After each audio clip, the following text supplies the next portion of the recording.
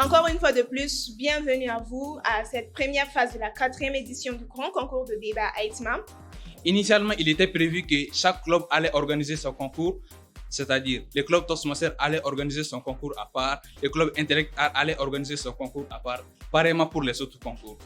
Mais après réflexion, après réunion, on est venu à la conclusion que les concours du club Intellect Art et les concours du club Toastmaster ont un objectif commun, un but commun, à savoir la prise de parole en public. Je veux remercier particulièrement AITMA qui a cru en nous en 2022 en nous laissant le leadership d'une telle activité. Ce n'était pas évident. Les thèmes qui étaient proposés étaient de qualité, c'était des thèmes d'envergure. Et amener les jeunes à débattre là-dessus, c'était non seulement de les inviter à la formation, à l'auto-formation, à la recherche, à la quête et la conquête de l'excellence, pour que simplement notre Institut africain de technologie et de management soit fidèle pour la durée à ses valeurs, à ses principes. Aujourd'hui, les mots vont s'entrechoquer, les idées vont fuser, les esprits vont s'aiguiser et les talents vont se révéler. Ce n'est pas seulement une confrontation d'opinions à laquelle nous allons assister, mais un véritable exercice de réflexion critique, de rhétorique maîtrisée et de respect mutuel. Le débat est officiellement lancé. Aujourd'hui, nous débattons de la place de la jeunesse dans le monde de demain. Certains penseront peut-être que cette jeunesse est déconnectée, distraite par un monde virtuel et façonnée d'incertitudes. Mais en tant que capitaine de la SGMB, je suis convaincue que cette vision est erronée. Mesdames et messieurs, lançons un défi à nos adversaires. Vous qui êtes jeunes, vous qui prenez la parole aujourd'hui, croyez-vous vraiment que la jeunesse n'est pas un espoir pour l'avenir? Si la jeunesse n'est pas un espoir pour l'avenir, alors vous-même, en tant que jeunes, croyez-vous inutile pour l'avenir? Mon équipe et moi vous prouverons que cette jeunesse incarne bel et bien l'avenir de demain. Il fut un temps où l'on croyait que la jeunesse était une promesse inébranlable, une graine d'avenir. Mais ce temps semble lointain, car aujourd'hui, c'est le doute qui s'installe, le vide qui se creuse, l'espoir qui s'effrite. La jeunesse d'aujourd'hui n'est pas un espoir. Elle peut le devenir, mais elle ne l'est pas encore. Et c'est cette vérité-là que mon équipe et moi allons défendre ici, aujourd'hui, maintenant. Mesdames et messieurs, aujourd'hui, nous ne débattons pas seulement des idées, mais l'avenir lui-même. Soyez prêts, car le débat commence. Juger toute une génération sur des apparences, c'est comme juger un livre à sa couverture et oser en parler sans l'avoir lu. Les jeunes sont désormais des acteurs incontournables dans deux domaines essentiels, l'éducation et l'entrepreneuriat. Dans le domaine de l'éducation, la jeunesse actuelle est plus éduquée que jamais. Elle ne se contente pas d'apprendre. Elle innove, elle questionne, elle bâtit l'avenir sur des bases solides. On ne compte plus le nombre de jeunes qui créent des outils innovants pour rendre l'éducation accessible. Certains vont jusqu'à accompagner bénévolement d'autres élèves là où les adultes baissent le bras. Et pendant que certains critiquent la jeunesse, en sirotant leur pessimisme, ces jeunes bâtissent l'école de demain. Prenons l'exemple sur Eren Bali, fondateur d'Udemy. Il a révolutionné l'apprentissage en ligne, rendant l'éducation accessible partout et pour tous. Il incarne cette jeunesse qui ne suit pas, mais qui trace de nouveaux chemins.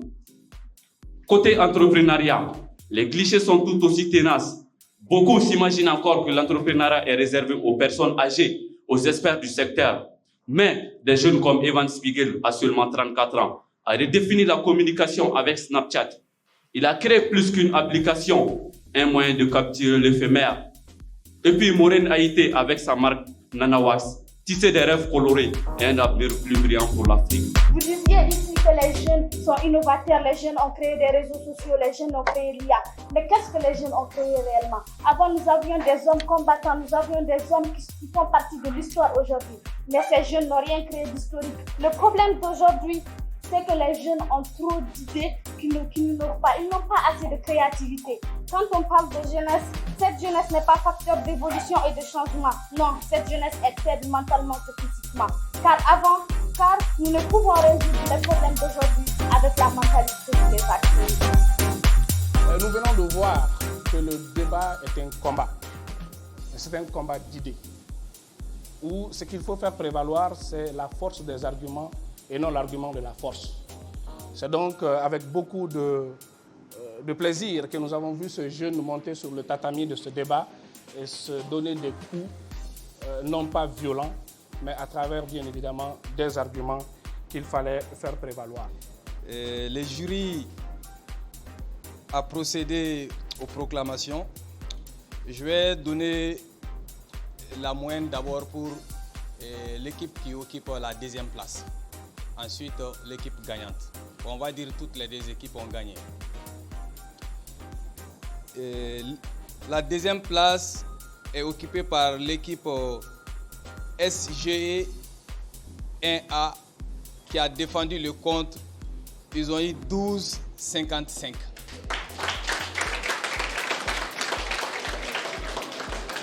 Et la première place à l'équipe SGE 1B qui défendait le pour avec une moyenne de 14,40.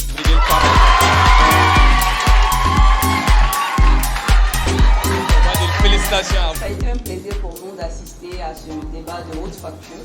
Les deux équipes ont assuré, le public même a assuré. Et ça même, c'est parce qu'on leur a dit, ne mettez pas la terre. C'est ça qui était là comme ça. En tout cas, bravo à tout le monde, la communication. J'encourage en tout cas l'administration de l'école et également les initiateurs de ce débat à continuer dans la même dynamique qui permet aux étudiants en tout cas de s'auto-former, de donner en tout cas le meilleur de soi, qui fait des recherches, qui se prépare en avant pour de tels événements. C'est en tout cas une auto-formation qui permet en tout cas un renforcement des capacités des étudiants. On sent que les jeunes s'intéressent de plus en plus à s'auto-former eux-mêmes. Un thème aussi qui était à la hauteur et dynamique, puisque ça regorge pas mal de thématiques à l'intérieur aussi. Et franchement, les débatteurs aussi ont répondu présent par des arguments solides. En disant solide, je fais référence à des recherches dynamiques. Dynamiques pourquoi? Parce qu'ils ont donné des exemples avec des citations aussi qui sont remarquables. Donc franchement, j'ai été épaté par tout ce que j'ai vu ce matin.